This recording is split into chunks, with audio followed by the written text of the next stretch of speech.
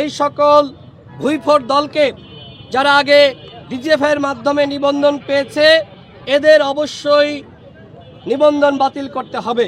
যে 3টি দলকে নিবন্ধন দেওয়া হয়েছে এর মধ্যে এনসিপি নিবন্ধন পেয়েছে, আমরা তাদেরকে শুভকামনা জানাই। কিন্তু আরো বাকি 2টি দল কিভাবে নিবন্ধন পেয়েছে সেটি নিয়ে প্রশ্ন আছে। আমরা মনে করি নিবন্ধন পাওয়ার ক্ষেত্রে 1 নম্বর শর্ত হতে হবে রাজপথের সক্রিয়তা।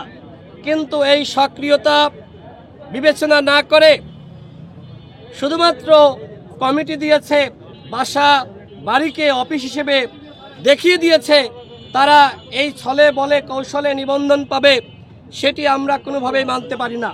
আমরা দেখেছি 24-এর ডামি নির্বাচনের আগে কিভাবে বিএনএম, সুপ্রিম পার্টি সহ কয়েকটি দলকে ডিজিএফআইয়ের নির্দেশনায় নিবন্ধন দেওয়া হয়েছে।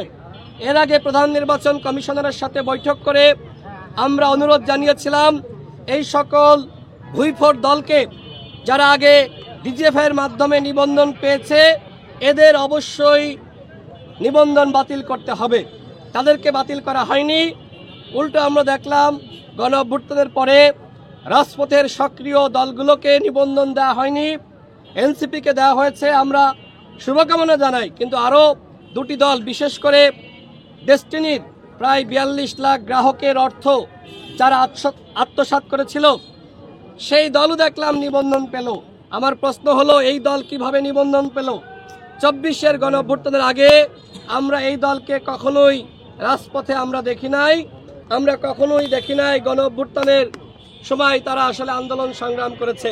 হঠাৎ করে জেল থেকে বের হলো, দল গঠন করলো, কমিটি দিল, বাসা বাড়িকে অফিস হিসেবে দেখিয়ে দিল, তারা নিবন্ধন পেল। কিন্তু তারেক রহমান, যাকে আপনারা সকলে চিনেন, রাজপথের জ্বালাময়ী বক্তব্য সকলে শুনেছেন, সবসময় সংগ্রাম করেছেন, এমনকি তিনি একাই মাইক হাতে সবসময় ভারতীয় পণ্য বর্জনের স্লোগান দিয়েছেন, পণ্য বর্জন করার আহ্বান জানিয়েছেন। এই গণ অভ্যুত্থানের সময় তারেক রহমান কিভাবে বিজিবির ট্যাঙ্কের সামনে দাঁড়িয়ে গিয়েছিল, কিভাবে বাঁশের লাঠি হাতে দেশের জনগণকে নেমে আসার আহ্বান জানিয়েছিল। এরপরে তাকে গ্রেপ্তার করা হয়, তাকে রিমান্ডে নির্যাতন করা হয়। আজকে তারেক রহমানের দলকে নিবন্ধন দেওয়া হয়নি।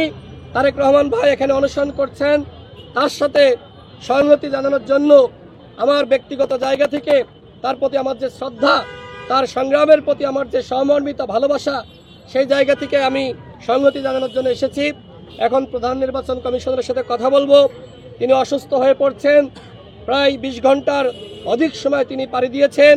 এখানে সারা রাত তিনি শুয়েছিলেন, মশার কামড় খেয়েছেন। এইভাবে একজন রাজপথের সংগ্রামী নেতা তিনি রাস্তায় শুয়ে থাকবেন আর নির্বাচন কমিশনার বৃন্দ তারা কোনো মন্তব্য করবেন না, সেটি হতে পারে না। তাদের মন্তব্য জানার জন্য, তারা কি ভাবছেন, কি করবেন সেটি জানার জন্য মাননীয় প্রধান নির্বাচন কমিশনারের সাথে কথা বলার জন্য এই মুহূর্তে আমি যাব। তারেক রহমান ভাইয়ের যে আন্দোলন, সেই আন্দোলনের প্রতি আমার সংগতি রয়েছে, তারেক রহমান ভাইয়ের প্রতি ভালোবাসা রয়েছে। আমি মনে করি তারেক রহমান ভাই যে আন্দোলন করছে এই আন্দোলন যৌক্তিক আন্দোলন।